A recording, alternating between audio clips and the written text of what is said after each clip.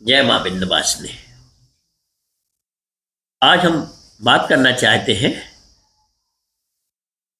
मन की कल्पनाओं की या मन की कार्यों की या धैर्यवान की। धैर्यवान कैसे होते हैं, धैर्य से होता क्या है,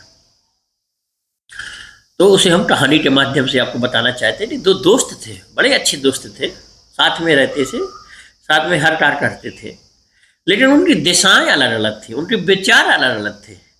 एक दोस्त था तो वो नशा पत्ती करता था, एक दोस्त था वो पूजा पाठ करता था। थे दोस्त, मिलते जुलते थे, अपने अपने कार्य करते थे। एक दोस्त डेली गंगा जी नहाए जाए, नहा के आए, अपना पूजा पाठ करे। एक दोस्त बढ़िया मदरा पान करे, अपना मस्त रहे, गांजा आजा पिए, सब कुछ करे, मधुशाला जाए। तो ऐसे ही एक बार घटना हुई, एक दोस्त नहा के चला आया, गंगा जी नहा के चला, जो पूजा पाठ वो गंगा जी से नहा के निकला और चला आ रहा था, तो उसके पैर में खजूर का कांटा लग गया। खजूर का कांटा बड़ा होता है, लंबा होता है, उस दर्द हुआ। और जो दूसरा दोस्त चला आ रहा था उस तरफ से, मधुशाला से, तो उसके पैर में कुछ लगा और उसे खजाने की पोटली मिल गई। जब दोनों मिले, दोनों की आपस में बात हुई, तो उसने अपना अनुभव बताया। उसने अपना कि भैया मैं आज गंगा जी से नहा के आ रहा था, मुझे खजूर का कांटा लग गया यार, मुझे बड़ा तकलीफ हुई, बड़ी मुश्किल निकाला। और उसने कहा कि आज मैं चला आया था नशा सा करके, तो मुझे पैर में वो फंस गई, कुछ लगा, तो वो खजाने की पोटली मिल रही, उसमें हीरे जवाहरात मिल रहे। तो वो तो बड़ा खुश था जिसको पोटली मिली खजाने की, और जिसको कांटा लगा वो बड़ा उदास था कि देखो तो यार, मैं डेली गंगा जी नहाता हूँ, इतनी पूजा पाठ करता हूँ, फिर भी मेरे साथ क्या होता है, ये कुछ नहीं करता है, और इसके साथ कितना अच्छा होता है, बार बार इससे कुछ अंतर ही नहीं पड़ता, कभी नाम लेता ना कुछ करता। वो मन में उसकी बहुत गिलानी हुई।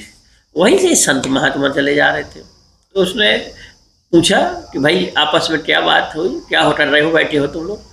तो उन दोनों ने अपनी अपनी बताई बात, ऐसी ऐसी बात है भाई, मैं आज से मैं ये पूजा पाठ सब बंद करता हूँ, अब मैं गंगा जी नहाऊंगा ना मैं पूजा पाठ करूँगा, अब मैं इसके साथ रहूँगा, जैसे ये कर रहा है जब वैसे ही बैठूँगा, इसके जब ऐसे कार्यों में सफलता मिलती है तो फिर मैं ये क्यों करूँ।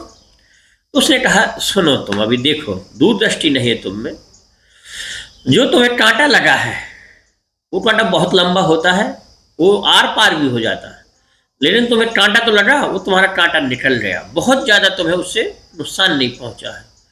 और क्योंकि तुम ये पूजा पाठ या अच्छे काम करते हो, इसलिए घटना तो हुई तुम्हारी, लेकिन घटना ज़्यादा फलीभूत नहीं हो पाई, क्योंकि और जो इसको खजाना मिला है इसके बारे में सुन लो। क्योंकि जो तुमने प्रारब्ध में कर्म करे हैं, वो तुम्हारे जो गंगा जी वाला नहाने वाला, उसके लिए बाबा जी बताते हैं, जो तुमने प्रारब्ध में कर्म किए हैं उनके फलों का तुम्हारा ये आखिरी दुष्परिणाम था।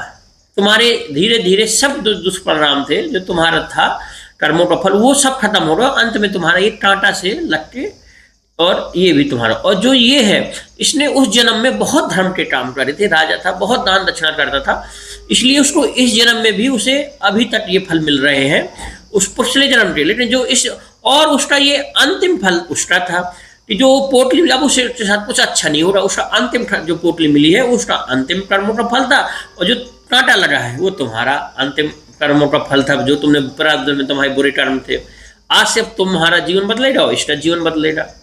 तो तब उन्हें धीरे धीरे आशा हुई। तो हमें इस चीज को जरा ध्यान देना चाहिए, धीरज नहीं खोना चाहिए। कहने का तात्पर्य, कहानी का मेन उद्देश्य यही है कि हमें धैर्यवान रहना चाहिए, धीरज नहीं खोना चाहिए कि मन बदल जाए, किसी की सुख दुख को देख के अपनी धारणा नहीं बदलना चाहिए कि उसके साथ ऐसा हो रहा, वो ऐसा कर रहा है, और मैं ऐसा रात दिन राम राम पूजा पाठ भोज भंडारी कर रहा हूँ, मेरे साथ ऐसा हो रहा।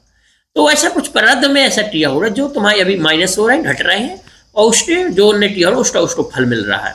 तो धीरज से काम लीजिए, धैर्यवान लीजिए, और आशा बनाई रहिए, प्रभु का स्मरण करते रहिए, एक न एक दिन तुम्हें सफलता मिलेगी। न कि दूसरों को देख के प्रभावित न हो जाइए कि आप दूसरों चीज़ें देख के प्रभाव हो, आप अपनी ईमानदारी से कार्य करिए, ईमानदारी से रहिए, और सफलता देने वाला कोई और है, अपना काम है केवल कर्म करना है। इसलिए हमें अपने कर्म पर ध्यान देना चाहिए, दूसरे कर्मों से ज़्यादा मतलब नहीं रखना चाहिए, वो क्या कर रहा है उसको क्या फल मिल रहा है देखना चाहिए, लेकिन अपने अंदर उसको उतारना नहीं चाहिए। अपन को जो सिद्धांत है, जो अपना मन गवाह देता है, जो अपन करते हैं वही कार्य करना चाहिए अपन को, ताकि दूसरों को प्रभावित होने से। जय गुरुदेव, जय बिंद।